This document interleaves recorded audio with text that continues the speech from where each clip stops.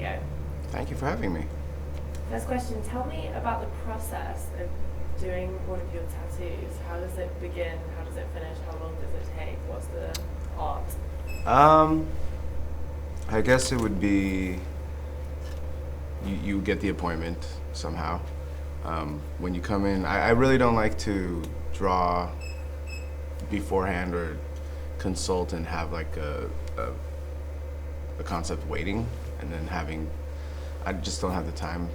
My time process doesn't work the same way. I like to do everything right on the spot. So you come in, you have your idea. At this point now, I think people already are kind of conditioned to what I do, so they have a very specific idea, which is based around my style. So it makes it a little bit easier. And we talk about it, and then I vibe you, and we meet, and then we get the chemistry right, and then I kind of just draw it right there, and then we size it, I do it, and that's it. You said you get an appointment if you can, and that's like such a big sort of thing written about you. Every piece is. I mean, I'm very blessed to be sought after, I guess. Now it's just the demand is high, and I only have so much time. So it kind of gets to the point where I set aside a lot of appointment times for first come, first serve. We have kind of like this email raffle process, and then there's friends and stuff like that that kind of squeeze in and squeeze out. But I don't like that it sounds so prestigious to get one, because it's really hard, but for me, I just feel more grateful that people want my tattoos, a lot of them, so that's cool to me. And do you have a different feeling if it's someone who has come to you maybe for a sort of a one-off tattoo, they maybe don't have any others, they want like a, quote, fashion tattoo? Quite what? Like a fashion tattoo, yeah. Or do you prefer it, maybe when you get someone who's like got loads of tattoos already and they're super into them? When I first started, it was like that. It was always guys or girls with, they were kind of in the tattoo community. They had a lot of tattoos. And now it's a lot of first timers and a lot of people that don't necessarily have a huge collection of visible artwork. It's kind of placed subtly and used as almost as an accessory, It's definitely less more of the tattooed people. It's kind of everyone, general pop, I guess. And let's talk a little bit, sort of, you mentioned about sort of when you were first starting out, and your first kind of interest, you've talked about this before, was fashion. Like you wanted to work in fashion, and in some ways that's like a complete contradiction of what you do, because you sort of render someone with something that is completely permanent, that needs to like defy fashion in some ways. But talk to me about how you kind of reconcile the two interests. Well, I think too, a big part of fashion is also the archives, and there's a lot of pieces that I have is pieces from a long time ago, and I save them, and those things people always come back and like reference and look at, and so even though where everyone is very advanced in trying to change and discover something new and be original, I guess, everything is still sourced, and the energy and the inspiration is still from something from the past, I think, and in that way it's permanent. That once it's created and it starts influencing and inspiring others, it's very permanent, and it'll always be there for people to look back on, Is it really important to you that your tattoos stand the test of time? Like, how would you feel if you saw someone in 20 years and they were like, oh, I like this when I got it, but it kind of doesn't feel like me anymore? I also think that it's not necessarily something that needs to evolve with you. Maybe aesthetically, it ages with you, and it's kind of, like a leather jacket or an old truck, the more wear, it's kind of develops more personality. But I think it also represents a time in your life or in a moment. So a lot of my tattoos, it's, I don't expect it to to register with what level I'm on today, but it does remind me of a time in my life, and all those moments that we have create who we are now. So I still think they're very relevant and a reminder. And on the other hand, some people just still, I have a portrait of my grandfather. I mean, that's always gonna be, I'm always gonna be with that. I'm never gonna think, oh, that was a weird time in my life, ha ha ha. It's gonna be completely relevant every day. Do you still feel like there's some kind of taboo around tattoos? There's definitely, you just see it sort of all the time, people being like, oh, if my kid got a tattoo, Yeah. How do you feel about that? I mean, I still think that's good for tattooing. I mean, tattooing was always such a subculture, and it was always, it created, I think it kind of pushed you to the edge within yourself as a creative, or as I don't know the word, but it kind of made, like when I got my first tattoo, I was 14 years old, like my first machine. And ever since then, I feel like it really pushed the boundaries of who I felt as a person expressing myself. So I think that once everything becomes watered down and it becomes complacent with society in a way, then it loses a bit of its edge. And tattooing should always have a bit of taboo to it, I think. But then sometimes, I don't like being the only dad that goes and picks up my kid, and all these other dads are wearing suits and they kind of look at me funny. And my kids don't care, but I notice it a little bit. That's the only part, I still feel that. When you say they look at you funny, what do you think they're thinking? Like, what are the judgments people make if they're looking at someone with tattoos? I don't know. I think they're probably just like, I feel like maybe they don't understand that I work just as hard as them to like put my kids in the same school. They probably think like, oh, he probably just has fun, or he's just a creative and somehow fell into this, success. I don't know. That's a weird thing to think. That might be a reflection upon myself more than they're probably just like, whoa, that guy looks crazy. And that's it, you know what I mean? But sometimes I like to just look at people and just think, what the fuck are they thinking? I could be completely off target though. Do you regret any of your tattoos? No. I don't. I get asked that a lot, and I think about it a lot. There's nothing, I mean, there could be also because I have so many that if I had one and this was all empty and I just really hated it, then yeah, probably. But I think all the ones that I don't like kind of fall back into the bushes a bit, and I don't really notice it, so it doesn't bother me. How many do you have? At this point, I think I just have one big one. It's all like somewhat connected, but a lot. And talk to me a little bit more about your sort of trajectory. What was the point where you realised that you probably weren't going to sort of have, in a traditional sense, have like a fashion brand? You weren't going to be a fashion designer. That wasn't sort of the path that you was going to end up being yours. Yeah, it was probably, how am I, 36, 20, a little over 10 years ago. At the time, in a way, it's kind of like what's happening now. Like a lot of independent people, young, small independent brands were kind of making big splashes. You could technically, have a successful brand with just t-shirts and, sweatshirts, screen printed. And it was really competitive, and we were trying to, get invest. I mean, it's really hard to like make something happen without a partner or investors. And it's just, I was still pretty young, and I feel I didn't really, go for it 200%. I think at the time you had to, like 100% wasn't enough. And we kind of dabbled. It was cool, it got a little bit of buzz, but just not enough to really make it last. And I think around that time, I was also working in like a select shop, like a high-end boutique. And Mark Mahoney asked me if I was getting tattooed by him for years before, but he asked me if I wanted to apprentice for him, and I thought that was so strange. And because I never expressed to him before that I wanted tattoo or to tattoo. I was getting a lot of tattoos, but never wanted to tattoo. And to me, I thought that was kind of like if you never wanted to be a lawyer, but Harvard came and was like, we're gonna give you a full scholarship to be a lawyer. And like I was at the time, I was kind of like, you know, maybe I'm ready for a little change in my life, a little splash of something different. So I just did it.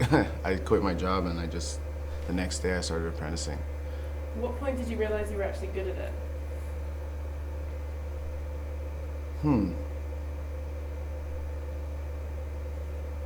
You know, I think in the beginning, I have so many friends, and you know, when you're learning to tattoo, you know, you do them for free, and you just like want as many people as you can. And I just stay up all day and night at the shop and just do tattoos. And then, so then in a sense, I was busy then too, because I was always just filling the seat. And then I became not an officially apprentice and kind of a worker. And then people had to pay. So everyone disappeared, you know? And I kind of was sitting there twiddling my thumbs a lot, just doing walk-ins. And after a while, you know, you do enough people, then word of mouth. This is kind of before Instagram and social media really impacted tattooers and stuff like that. But the books started getting more full and stuff like that, and I couldn't get as many people in as I wanted, and I became kind of busy, and it kind of happened fairly quickly, like within a year or so. And I didn't think I was getting good, but I knew, because you know, as an artist, we're always really hard on ourselves. Like, you know, someone will tell you like how great you are, but inside you're just kind of like, man, it's, you know, like, it's not my best work, you know? And so in that sense, I was like, wow, a lot of people are really into this. Maybe I am pretty good to them, but for me, internally, I was like, I still need to get better. I still don't think I have a niche, and I'm pretty good at some technical stuff, but I still see a lot of work out there. I'm like, wow, these guys are really good, you know? And now kids that are coming in that haven't really apprenticed or spent as much time in the world as I have, and they're just like leaps and bounds, learning quicker and producing tattoos that are just, you know, so good.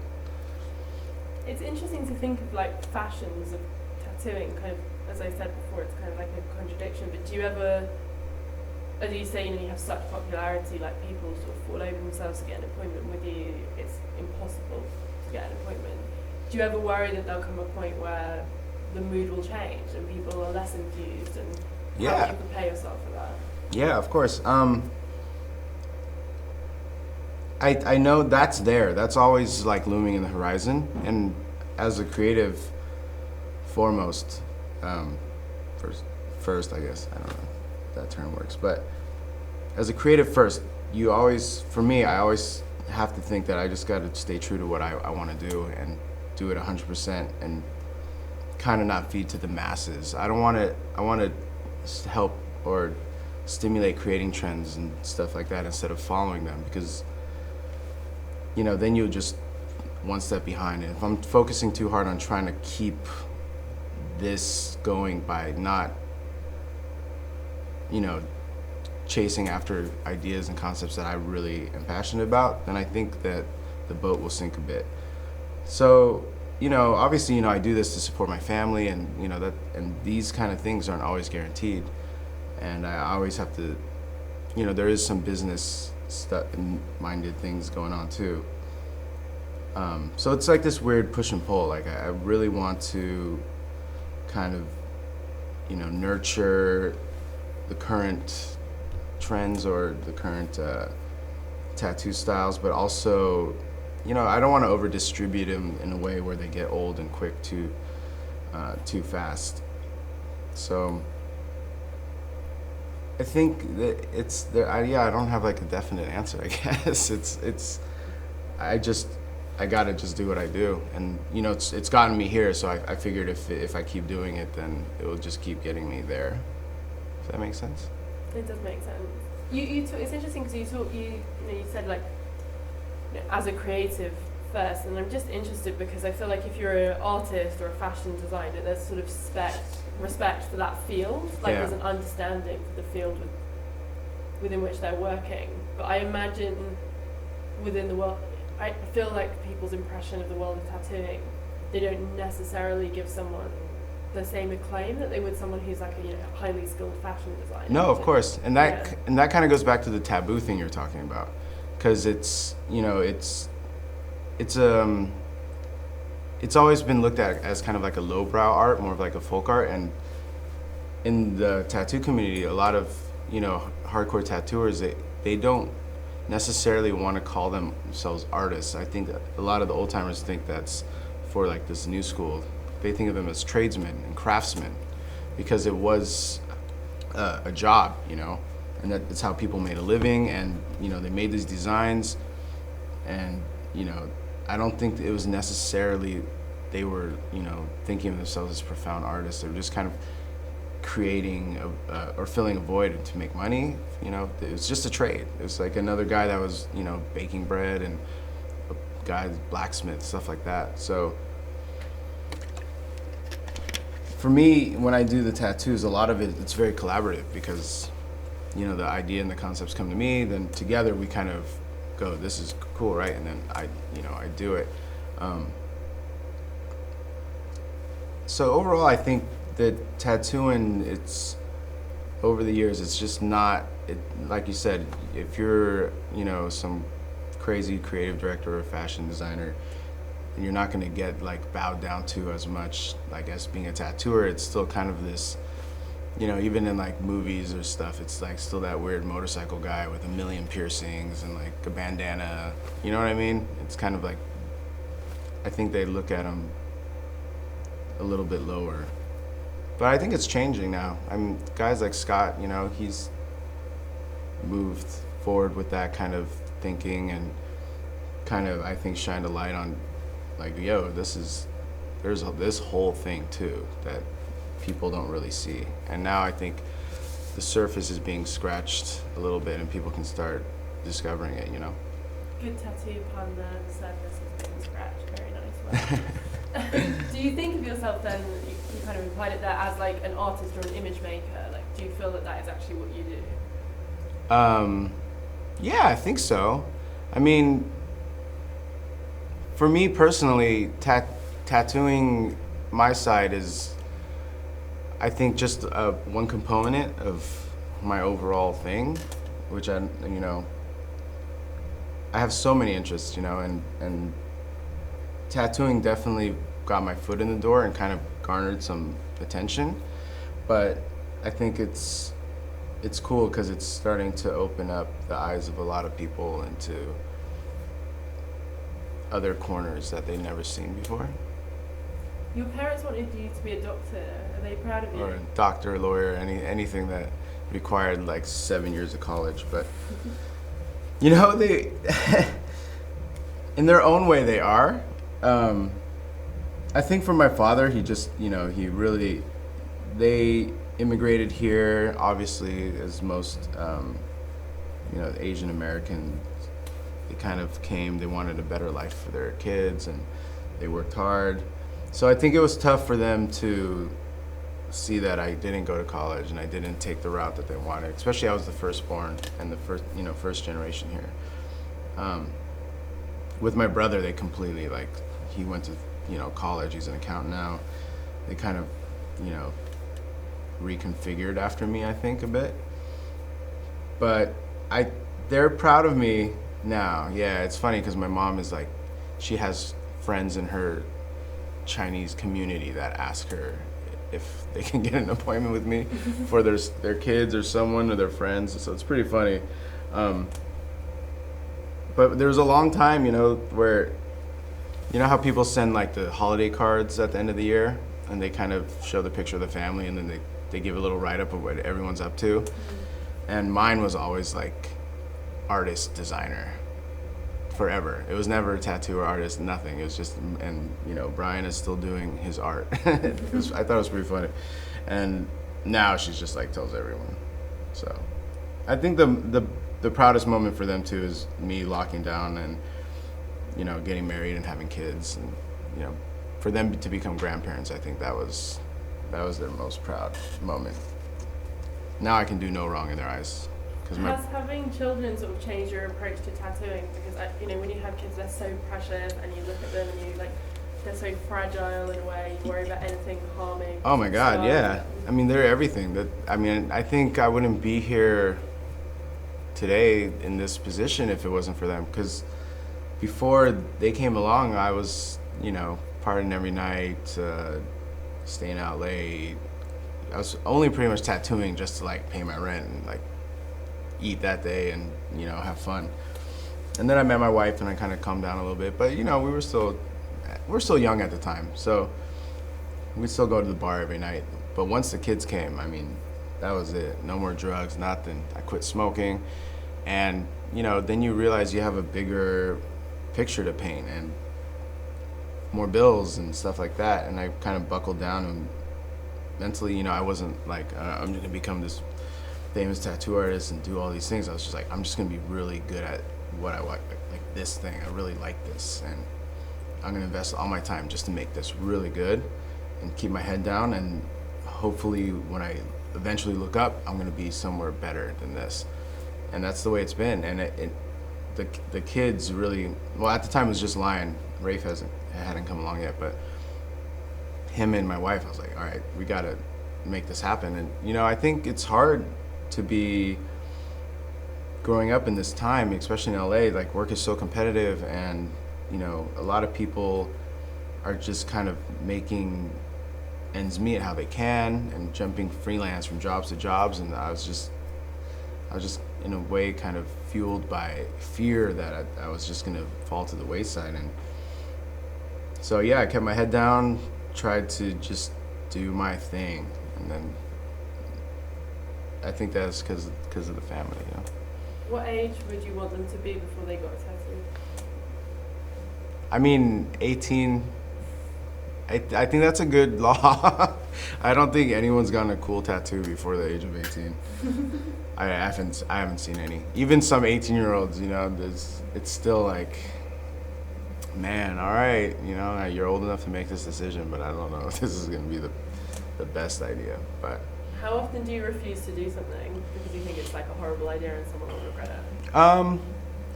At this point now, you know, like, before it got to this, like, definitely I turned people down all the time because I was doing walk-ins, and sometimes people would just come in with some horrible ideas, and you're just like, I don't think you should do that. There's a big role of helping stay responsible, and if the client isn't responsible enough for themselves, you kind of have to step in and do that for them. At least that's like, you know, what I learned at Shamrock, because, you know, there's integrity there. Some people will just do whatever just to make the buck, but for my kids, you know, 18, like, we'll see. I mean, I would like for them to at least have their own free will and freedom of choice and figure things out, because even if they got a bad tattoo, at least later on they can, like, look back and maybe make decisions better based off the ones they made before. And I don't want to tell them what to do at that point. But yeah, you know, 18's fine. Do you ever get bored of, like, is there a certain thing that people ask for all the time, and you're just like, Jesus Christ, I can't tattoo a normal person? What is it now? I imagine it goes in waves. It does, because sometimes I'll miss it if I don't do it a lot. I was like, you know, I really want to do one of those things again. The trouble is sometimes you know, what I share and what I do, it kind of becomes almost like a swatch for people to be like, oh, this is what I want. And if you don't pump out enough things that are new, then you start just doing the same stuff and you don't really, like, move forward. And so sometimes, you know, there's a bit like, you know, sometimes the circle designs or maybe like dog portraits and stuff like that, I get a little, you know, I'm just kind of maybe I want to do something else today. But then they always do come around and I'm like, oh wow, this dog is so cool. Like I really want to do this dog, you know? And the other geometric designs, those are kind of a, you know, creating things is really hard because nothing is truly original. But for me, I think that was one thing that really set me apart, and I'm sure I drew inspiration from somewhere subconsciously, but I hadn't seen anyone really do that before. So I do take a little bit of pride in it. So I still like to do it. When people want something so specific that you've created, it's like an honor, you know? Do you feel kind of this like weird issue or any sort of like, it's like moral issue about like doing exactly the same tattoo on someone that someone else has? Because they're kind of, everyone wants their tattoo to be like original. Like, yeah, unique and, like, I do. And you know, I'm not a complete innocent artist in the sense where I've never done it like that, done someone else's tattoo before. Or like sometimes it's just, you know, there's no way to recreate this tattoo without making it look like the previous one. I like to change a little bit of the, you know, the guts, but at the end of the day, if you like hold two side by side and you're like, yeah, those, you know, one was based off the other. It's hard because, you know, someone waited 8 months to get an appointment and they really love this tattoo that you did, and they kind of, that's what they want, you know? And that goes back to the craftsman part of the job, where at the end of the day, I'm here to do what you want as a tattoo. I'm gonna take your idea and we're gonna do it well together. And I can't really just be like, sorry, I'm not doing this at all. So I try to change it enough so no one actually has two exactly the same tattoos, but the concepts sometimes do run parallel a bit. And visually, where do you draw sort of the most inspiration from? Like, are there artists that you're particularly inspired by? Are there films that you look at? Like, what's defined your aesthetic?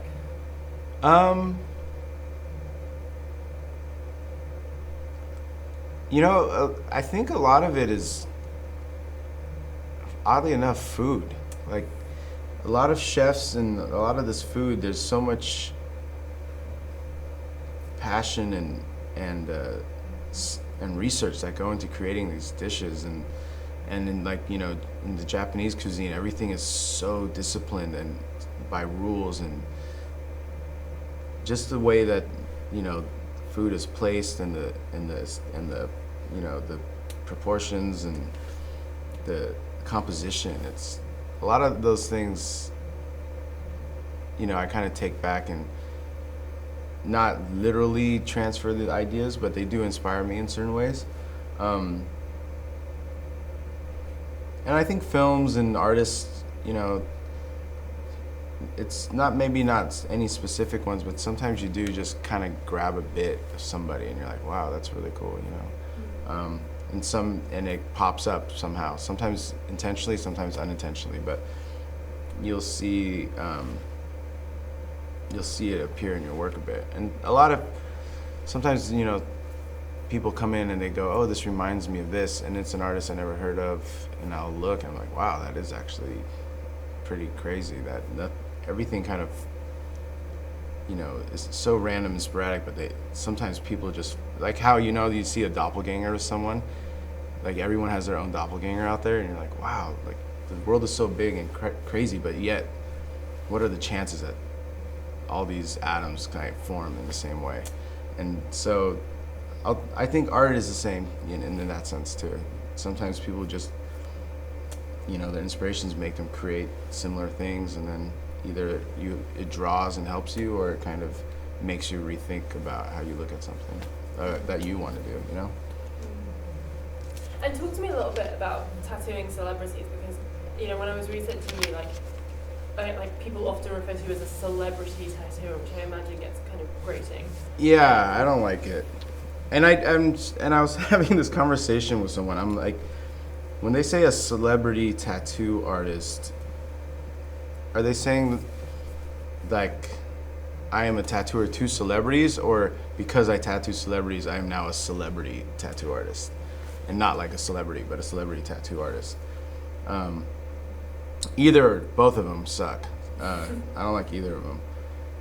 my whole thing with tattooing celebrities is obviously it's a great honor because a lot of these people they are so busy and their life is really chopped up into segments of time that they have, and in that time they want they're gonna get the best. So it's cool to like I only have this time to get this tattoo, let's say, and I want the best. So if they want me, that's cool. That's considered. On the other hand, though, I really don't like having my work validated because a celebrity likes it. I want it to be validated because it's good, and I think there's a lot of artists out there that they just want to. I don't think they care about the tattoo they do on the celebrity. I think they just want the celebrity attention. So for me, it's cool, but I rather, at the end of the day, have people appreciate my work for what it is and not for who got it. And there are some that I've done on celebrities that I love and I share it, and I think that's great. And there's some, there's a lot that I never shared. And so, to me, I think everyone that sits in the chair at that moment, it's a personal thing. So everyone I try to treat the same. So, I mean, obviously to get in there, sometimes there is a little bit of grease used, but at the end of the day, I think, I want to be remembered more for the work and not the audience.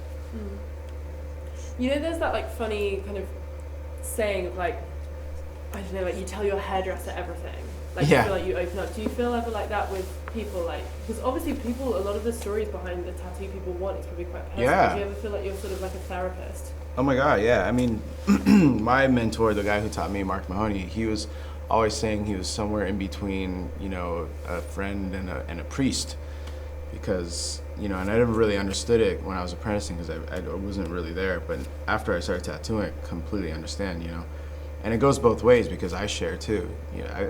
I've had conversations with strangers that I'd never gone in depth with, my closest friends, because in that moment, it's a very personal moment, and when you both, when you create it, there's a bond, but then also when you leave that situation, it kind of like you kind of just fall back into your own worlds, and it's not like gossip that circulates, when you like have a drink with a friend and you get close and then all of a sudden everyone's talking. It's a very personal thing and it's very private, and it's cool. I mean, essentially, we're like spilling blood together in a way, and you get close. Some people, it's hard to get a connection. Some people just don't open up, but a lot of times there was like one time I still remember that I was like almost crying, like tattooing this person because the story that he was telling, I was like, fuck, that's pretty heavy. And it's what was he saying?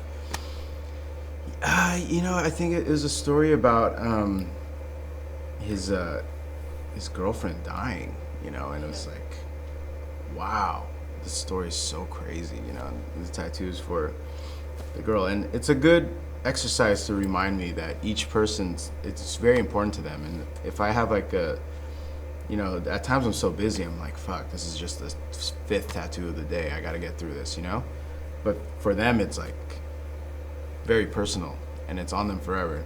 So I like to be reminded that I should just take time each time and really invest in this and not rush it. But yeah, he was talking, it's about his girlfriend, she had cancer, and like it was a whole story, and it was like, in the middle of it, I was like, wow, this is heavy, and this symbolizes so much more than I could ever imagine, So, stuff like that, it's it's cool, but it's also like this responsibility that I have to like bear at times. I'm like, I go home and I remember even going home telling my wife about this, and she's like, why the fuck are you telling me this? She's like, I was in a good mood today. I was like, I'm sorry, I just have to like, So you take it home with you? Sometimes, it's hard. It's not like a cop where it's like I leave my work at home, like, but sometimes, it just sticks with you a little bit. But There's a lot of, I mean, I can't think of all of them on the spot, but there's a lot of like stories like that. It's kind of crazy. Last question, if you could advise people against getting one tattoo in particular, what would you advise them? One tattoo? Yeah, if there's like one thing, you're like a dolphin or something. No, dolphins are cool. I think maybe I wouldn't say drunk tattoos, because sometimes, you know, that's their people's favorite tattoos because it's a funny story. I think my thing is, for younger kids, nothing on the hands and the face and the neck. If your future is not set, you know, and you kind of want to, I just don't think anything spontaneous on the hands, face, and neck as a young adult is like a great idea. Your dad's side's coming out now. Yeah, I think so. I mean, I just don't, you know, I've been in this world a lot. I just don't, I don't find a reason for it unless it's like just pure attention, I guess. I don't know. I just don't think it's, I think when people talk to you and your face and it's, you look in each other's eyes, it's, you know, at a human contact moment, it's a respectful thing. I don't know. I think just to have like some fucking fuck you on your face or something, it's probably the dad side. Because I think before my kids, I probably would have had a face tattoo by now. I don't know. I guess it's there is some conservative bits about me still. Deep down, you're a dad. Deep down, I don't know. I think, you know what it is. I think as I've come, or as I've seen people come and go, there's a lot of people that just regret it, and there's, you know, I never would have gotten my hands tattooed if I wasn't a tattoo artist, or my neck. I waited. I didn't get heavily into any of this until after I became a tattoo artist, and I was like, you know, this is what I'm gonna do. Now I think I just see it because I just see so many kids just getting these horrible face tattoos, and they're so young, and I'm just like, dude, that's the dad part. But it's like, how are you gonna feel about that when you're 10 years from now? I don't know. Would it upset you if someone really regretted a tattoo that they'd had done by you? Yeah, of course.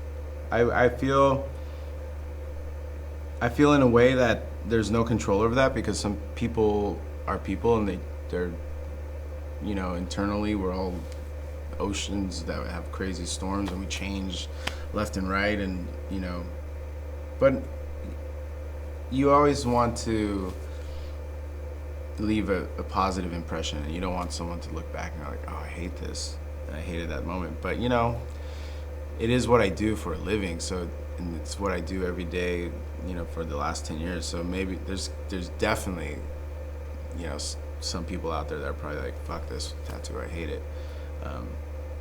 But, you know, you gotta accept that as it comes. There's hopefully more people that like them, so the balance is better. But that's another thing that just makes me want to, now that you said that, I'm probably like, every tattoo, oh man, I hope this person doesn't fucking hate this one day. I better make it the best tattoo ever.